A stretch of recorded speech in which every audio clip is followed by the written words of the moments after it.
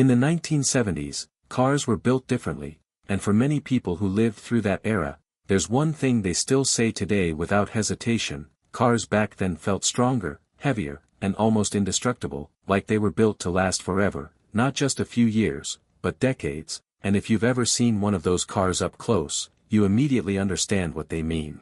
The sound of the door closing alone was enough to tell you this was something solid, something real, something that didn't feel disposable. And that raises an interesting question: were cars in the 1970s actually built like tanks, or is that just nostalgia talking? Because when you start looking at some of the most iconic vehicles from that era, you begin to notice a pattern. These cars were not designed to be light, they were not designed to be minimal, they were designed to be strong, bold, and durable in a way that feels almost foreign today. One of the first cars that comes to mind is the 1975 Chevrolet Caprice, a full-size sedan that perfectly represents what it meant to build a car without compromise on size or presence. This was a car with a long body, a heavy frame, and a ride that felt incredibly stable on the road. It wasn't just big for the sake of being big, it was engineered to feel solid, to absorb the road, to give the driver a sense of control and comfort at the same time. And when you look at the construction, the body-on-frame design, the thick metal panels, everything about it suggests durability. This wasn't a car that felt fragile, it felt like it could take years of use without losing its character.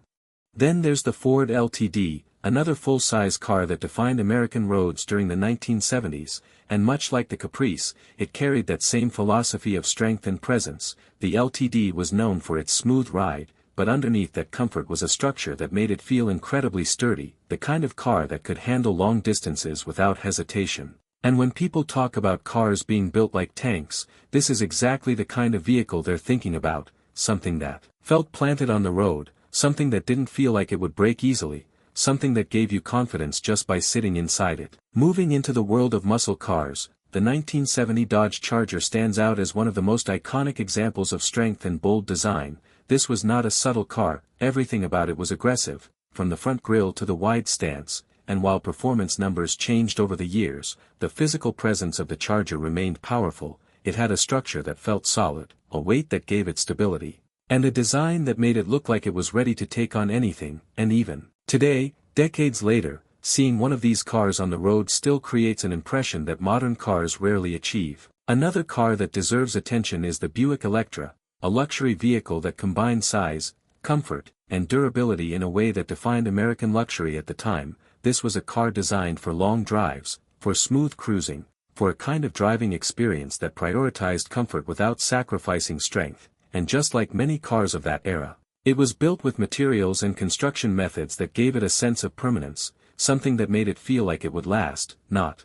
The Cadillac DeVille is another perfect example, a car that represented not just transportation, but status, success, and presence, and part of that presence came from its sheer size and weight. This was not a lightweight machine, it was a large, commanding vehicle that felt substantial in every sense. And when people describe these cars as being built like tanks, they're not just talking about durability. They're talking about how these cars felt, how they moved, how they responded. There was a sense of mass, a sense of strength that you could feel in every aspect of the driving experience. Looking at the 1970 Chevrolet Impala, you see another car that fits perfectly into this idea, a car that was incredibly popular, widely used, and known for its reliability and durability. The Impala was a staple on American roads, and part of its success came from the fact that it could handle everyday use without falling apart. It was built to endure, to handle different conditions, to serve families, businesses, and drivers who needed something they could depend on.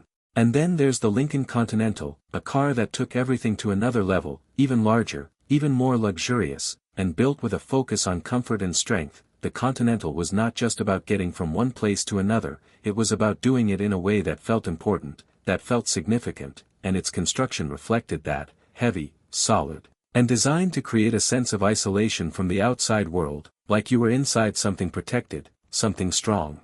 The Oldsmobile Delta 88 is another car that deserves to be remembered in this context, a full-size vehicle that combined practicality with durability. It was widely used, widely trusted, and known for being a car that could handle years of driving without major issues. And again, you see the same pattern: large dimensions, solid construction, and a focus on longevity rather than minimalism.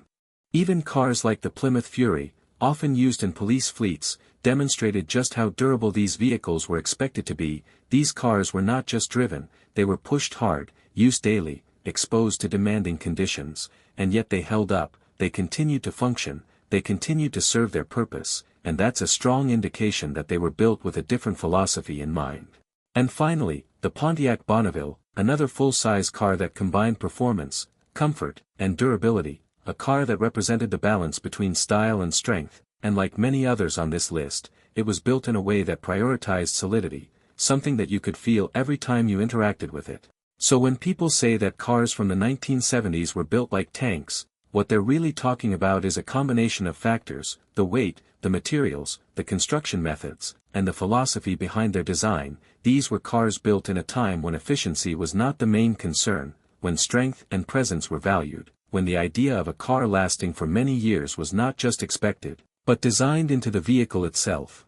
But that also leads to another question: if these cars were so strong, so durable, so well built in terms of structure, why did the industry move away from that approach? And the answer, once again, comes back to change, fuel efficiency, safety regulations, environmental concerns, and the need to adapt to a different world, a world where lighter materials, more efficient engines, and new technologies became necessary. And yet, even with all the advancements we have today, there's still something about those older cars that continues to capture attention, something about their presence, their weight, their character, something that makes people stop and look, something that makes them feel different from everything else on the road. So maybe the idea that cars from the 1970s were built like tanks is not entirely literal. Maybe they weren't perfect, maybe they had their flaws, but they represented a way of building cars that focused on strength, on durability, on creating something that felt solid and lasting. And in a world where things change quickly, where technology moves fast, where designs evolve constantly, that kind of solidity becomes something people remember, something they miss, and something that keeps those cars alive, not just on the road, but in the way people talk about them, decades later.